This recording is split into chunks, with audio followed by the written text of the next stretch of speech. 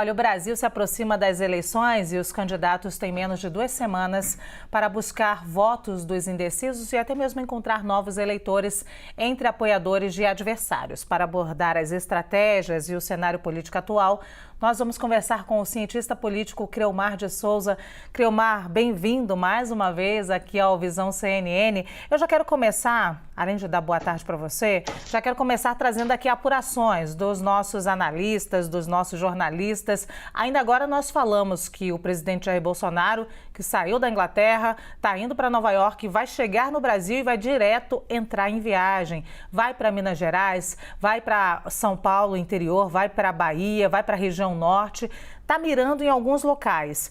E o ex-presidente Lula está avançando também em quadros do PSDB. Queria uma avaliação agora dessas estratégias entre os dois primeiros colocados por enquanto, tá? Luciana, primeiro de tudo, boa tarde a você, boa tarde ao Sidney. É sempre um prazer conversar com vocês aqui no Visão CNN. Eu creio que restando aí 13 dias para o primeiro turno, né, a gente entrou em um processo em que algumas tendências estão muito cristalizadas. E me parece que a principal delas é que nós teremos um segundo turno e esse segundo turno possivelmente envolverá Lula contra Bolsonaro. E aí me parece que os principais candidatos, aproveitando sua pergunta, estão tentando consertar aquilo que é visto como sendo falha por indecisos, que são uma fração bem pequena do eleitorado neste pleito, mas também por aqueles que estão apelando ainda para as candidaturas que são nem-nem, né? Que seriam Ciro e Tebet. Lula tem feito isso buscando sinalizações com atores políticos ao centro, com destaque a algumas reconciliações, como, por exemplo, com Marina Silva e Cristóvão Buarque, mas também com acenos e trazendo para o seu barco, em algum sentido, nomes como o ex-ministro Henrique Meirelles. Bolsonaro, por sua vez, me parece que está apostando numa lógica de aumentar a atração entre grupos que o presidente performa mal, sobretudo ali de 0 a 2 salários mínimos, 2, 3 salários mínimos. E isso tem acontecido nessa tentativa das caravanas, na volta da viagem internacional, e, em algum sentido, também Bolsonaro tenta diminuir aquela resistência que se tem à sua presença nos fóruns internacionais com esse périplo que começou em Londres e que termina em Nova York, né? Na tentativa de convencer aquele eleitor de classe média que escolher Bolsonaro não significa necessariamente que o Brasil vá passar por situações de constrangimento ou isolamento internacionalmente.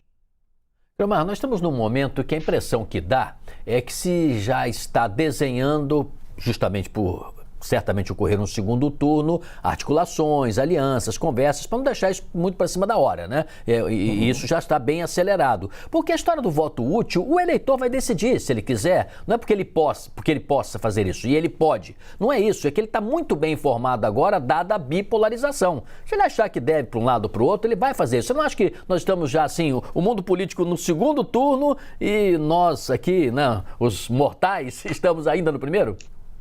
Sidney, sem sombra de dúvida. Se você me permite, inclusive, eu acho que um dado bastante interessante que eu tive conhecimento nesse fim de semana é em que um dos levantamentos de opinião dos eleitores, a pergunta era qual a sua crença acerca de uma eleição a ser resolvida no primeiro turno. E ali mais de 60% dos entrevistados acreditavam em uma eleição a ser resolvida logo em 2 de outubro. Isso tem um efeito prático, né? E aí eu costumo utilizar a expressão voto pragmático, porque eu parto do princípio que em democracia todo voto é útil, né? Essa transição pragmática do voto em direção a um dos principais candidatos pode se antecipar. E eu concordo contigo quando a gente percebe que o sistema político, em determinado sentido, já está precificando os apoios em segundo turno, precificando as eventuais montagens de ministérios. Se nós, por exemplo, reouvirmos, e eu convido aqui a audiência a ouvir a fala que o ex-ministro Meirelles deu hoje, o encontro com o ex-presidente Lula, pareceu fala de alguém se credenciando ao ministério. E isso mostra que esse movimento está muito acelerado, mas é óbvio, o sistema político sabe também que precisa que isso seja referendado pela Justiça Eleitoral no dia 2 de outubro pela noite e, caso nós tenhamos um segundo turno, em 30 de outubro pela noite.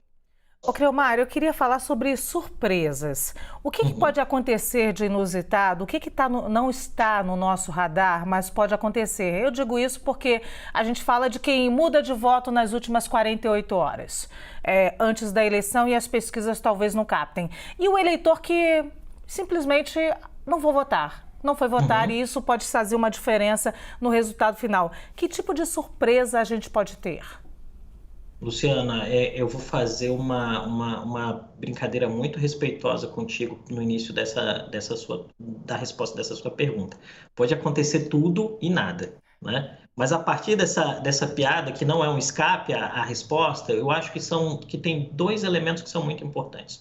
O primeiro deles é que esta é uma eleição, diferentemente de todas as outras eleições de 89 para cá, em que um número alto de eleitores está com medo de falar de política, está com medo de falar de eleição, e isso pode ter um impacto direto no não comparecimento, que é uma tendência sempre muito forte em eleições no Brasil, né? Eu acho que esse é um movimento que afeta sobretudo os eleitores mais pobres, porque nós temos casos e incidências de violência e de outros tipos de agressão e humilhação moral, por exemplo. Isso então está deixando as pessoas assustadas. Essa é uma primeira configuração. A segunda configuração, que me parece bastante importante e que pode inclusive fazer com que, em um cenário de maior probabilidade, a eleição seja resolvida no 2 de outubro, é que esta é a eleição que, em termos de métrica, nós temos o menor número de indecisos desde a redemocratização. Os números estão variando ali numa casa de 4% a 6%, mas não tem nenhum instituto dizendo que 10% das pessoas são indecisas. Então, eu creio que esses dois elementos vão estar muito ancorados a uma lógica de comparecimento e de decisão. E aí me parece que exatamente por isso, sem querer me alongar, o terceiro e a quarta colocadas no pleito até agora têm direcionado suas baterias contra o ex-presidente Lula, porque a campanha de Lula iniciou a lógica de tentar vencer no primeiro turno.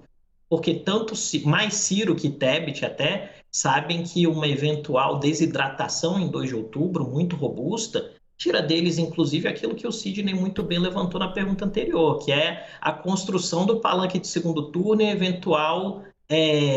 a eventual colocação de nomes para eventuais composições de ministério. Creomar, você acha que esse silêncio que faz parte da vida brasileira, o eleitor tem momentos que ele é silencioso?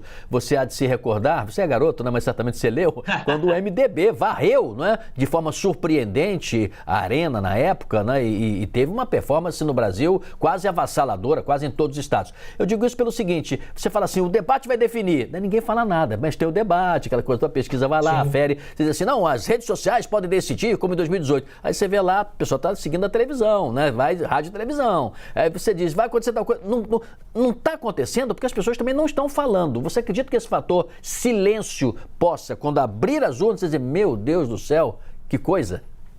Então, Sidney, essa pergunta é muito boa. E algumas pessoas têm usado a expressão voto envergonhado. Eu não gosto dessa expressão. Eu gosto muito da expressão de um professor da UFMG, que ele se utiliza de uma maioria silenciosa ou de um posicionamento silencioso. Isso significa dizer o quê?